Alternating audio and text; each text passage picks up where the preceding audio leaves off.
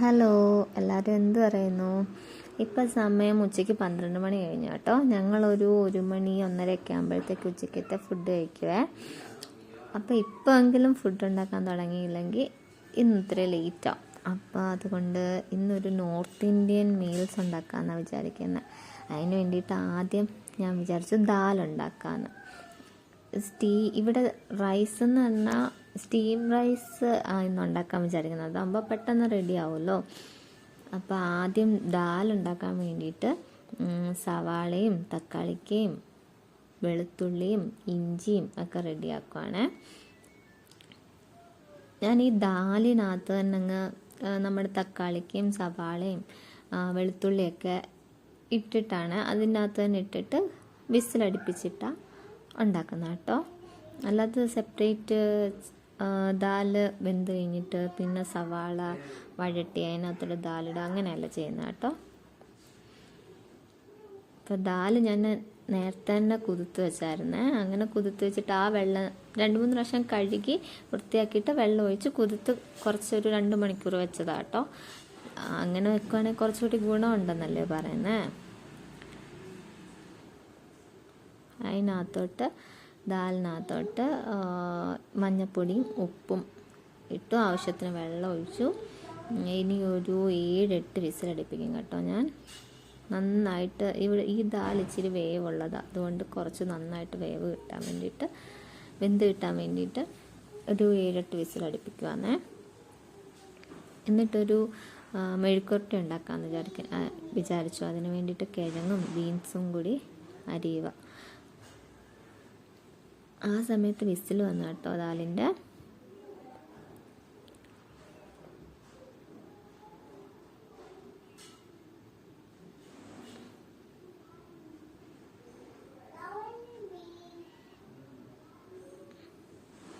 കിഴങ്ങ് അരിഞ്ഞിട്ട് ഞാനൊന്ന് കഴുകിയെടുത്തു കേട്ടോ. ബീൻസ് മൊത്തത്തിൽ കഴുകിയിട്ട് അരിഞ്ഞിട്ട് കഴുകുന്നില്ലേ.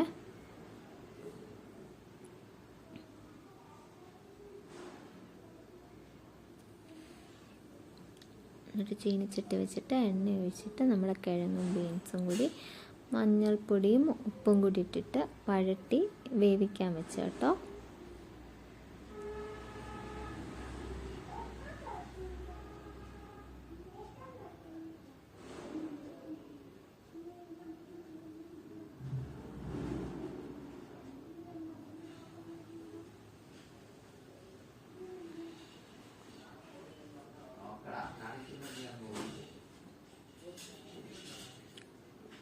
ഇത് അവിടെ ഇരുന്ന് വെന്ത് വരട്ടെ കേട്ടോ.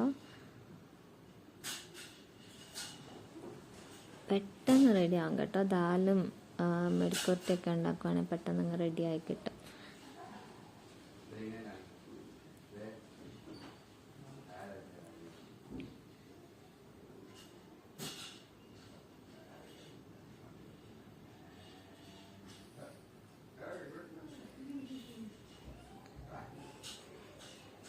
അപ്പോഴത്തേക്ക് നമ്മുടെ ദാല് വിസിലൊക്കെ ആയി വെന്ത് വന്നായിരുന്നു. ഞാൻ വിസിൽ കഴിഞ്ഞിട്ട് വന്നിട്ട് ഞാൻ ഇച്ചിരി നേരം മാറ്റി വെച്ചായിരുന്നു. വിസിലൊക്കെ പോയി കഴിഞ്ഞപ്പോൾ തുറന്ന് നോക്കിയപ്പോഴത്തേക്കും ദാല് നന്നായിട്ട് വെന്തുടഞ്ഞായിരുന്നു. ഈ സമയം കൊണ്ട് ഞാൻ വിചാരിച്ചു ദാലൊക്കെ റെഡിയായി, ഇനി അരി ഇടാം കേട്ടോ. ഇത് സ്റ്റീം റൈസ് ആയതുകൊണ്ട് നമ്മൾ അരി വെള്ളം ഊറ്റേണ്ട ആവശ്യമൊന്നുമില്ല കേട്ടോ. അരി വേഗം വെച്ചിട്ട് ആവശ്യത്തിന് വെള്ളം ഒഴിച്ചിട്ട് അടച്ച് വെച്ച് ഒരു 5 വിസിൽ കേട്ടാൽ മതി.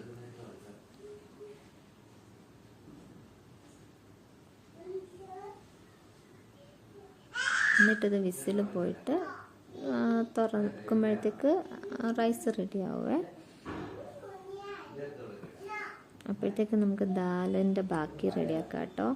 ഇഞ്ചി ഒന്ന് ചതച്ചിട്ട്, ഇഞ്ചി ഇങ്ങനെ ചതച്ചിട്ട് എണ്ണയ്ക്കകത്തിട്ട് മൂപ്പിക്കുമ്പോൾ നല്ല മണമല്ലയോ. ഇഞ്ചി ഒന്ന് മൂത്ത് വരുമ്പോഴത്തേക്ക് നമുക്ക് വേണമെങ്കിൽ വറ്റലമുളക് ചേർക്കാം കേട്ടോ. ഞാനാണെങ്കിൽ വറ്റലമുളക് ചേർക്കുന്നില്ല. ഇവിടെ കുഞ്ഞിന് എരിവാകത്തില്ലയോ, അതുകൊണ്ട് അവനും കൂടെ വേണ്ടിയിട്ട് കഴിക്കാൻ വേണ്ടിയിട്ട് ഞാൻ വറ്റലമുളക് ചേർക്കുന്നില്ല. ഇഞ്ചി ഒന്ന് മൂത്ത് വരുമ്പോഴത്തേക്ക് നമുക്ക് ജീരകം ഇട്ടിട്ട് തടുക്ക റെഡിയാക്കാം കേട്ടോ.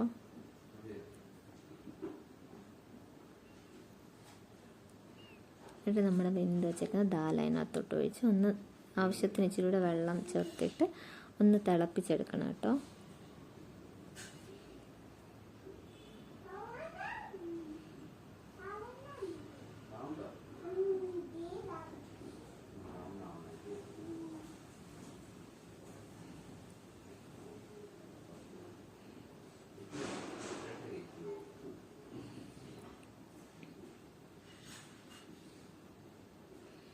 അപ്പോഴത്തേക്ക് ചേട്ടൻ വന്നിട്ട് തൈരിനുള്ളതൊക്കെ റെഡിയാക്കുവാണ്.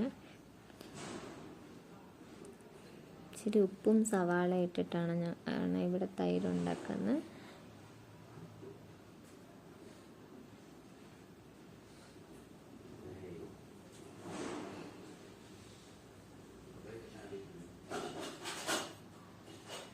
ഇങ്ങനെ നമ്മുടെ ഒരു ചെറിയ നോർത്ത് ഇന്ത്യൻ മീൽസ് റെഡി ആയിട്ടുണ്ട്.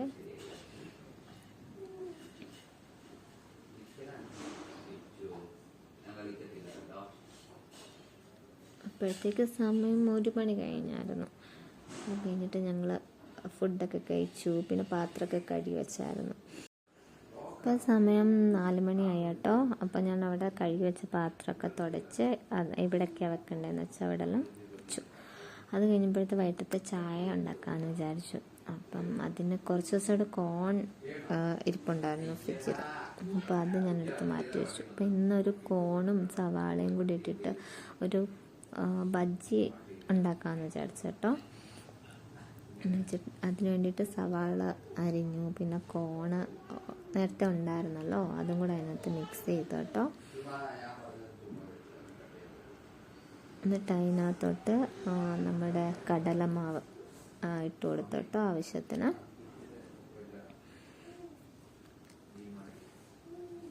പിന്നെ കുറച്ച് ഉപ്പും പിന്നെ അയമോദകം, പിന്നെ നമ്മുടെ കായം, ഇച്ചിരി മുളക് പൊടി, ഇതെല്ലാം കൂടെ ചേർത്തിട്ട് ഇച്ചിരി വെള്ളം കൂടി ഒഴിച്ച് നന്നായിട്ട് മിക്സ് ചെയ്തെടുത്തു കേട്ടോ.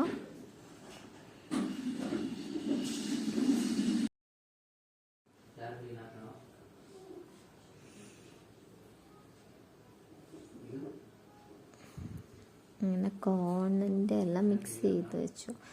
അപ്പോഴത്തേക്ക് നമ്മുടെ ചീനിച്ചട്ടിക്കകത്ത് എണ്ണ ഒഴിച്ചിട്ട് ഇതൊന്ന് നല്ല ഷേപ്പ് ഉണ്ടാക്കി ഏതെങ്കിലും ഒരു ഷേപ്പ് റൗണ്ടിലോ അല്ലെങ്കിൽ ഒന്ന് പരത്തിയോ ഒക്കെ ഷേപ്പ് ഉണ്ടാക്കിയിട്ട് നമുക്ക് വറുത്തൂരിയെടുത്ത കോണും സവാളയും കൂടെ ഉള്ള ബജ്ജി അല്ലെങ്കിൽ പക്കോട ഒക്കെ റെഡിയാവും കേട്ടോ. നല്ല ഈസി ആയിട്ട് ഉണ്ടാക്കാം, പെട്ടെന്ന് തന്നെ റെഡി ആയിട്ട് കിട്ടും കേട്ടോ.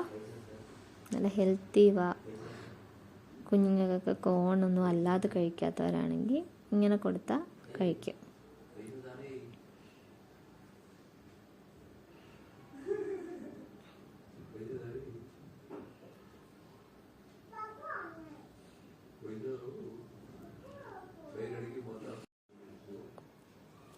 നിങ്ങൾക്ക് എൻ്റെ വീഡിയോ ഇഷ്ടപ്പെടുകയാണെങ്കിൽ ഒന്ന് സബ്സ്ക്രൈബ് ചെയ്ത് സപ്പോർട്ട് ചെയ്യണേ. ഇച്ചിരി കൂടെ ഞാൻ ബേസൻ ഇട്ട് കൊടുത്തു കേട്ടോ. അതിച്ചിരി ആദ്യം ഇട്ട് ഇച്ചിരി കുറവായിരുന്നു. അപ്പം ഞാൻ കുറച്ചുകൂടി കടലമാവ് ഇട്ട് കൊടുത്തു.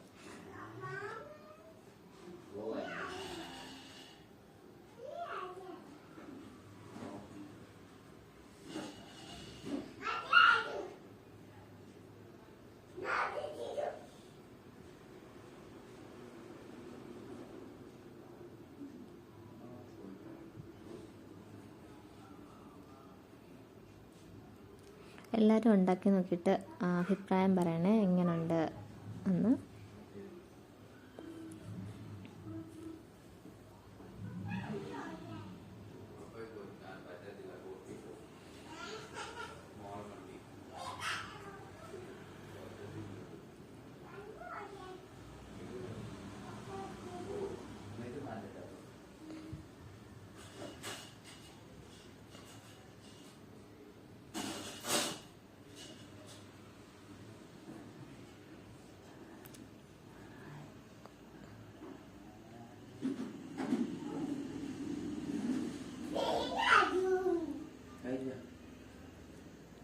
എൻ്റെ ഈ കുഞ്ഞു വ്ലോഗ് എല്ലാവർക്കും ഇഷ്ടപ്പെട്ടെന്ന് വിചാരിക്കുന്നു.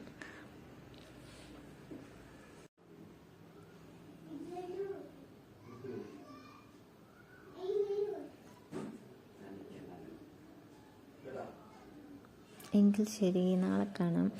പുതിയൊരു നല്ല വീഡിയോ ആയിട്ട് നാളെ കാണാം കേട്ടോ. ബൈ.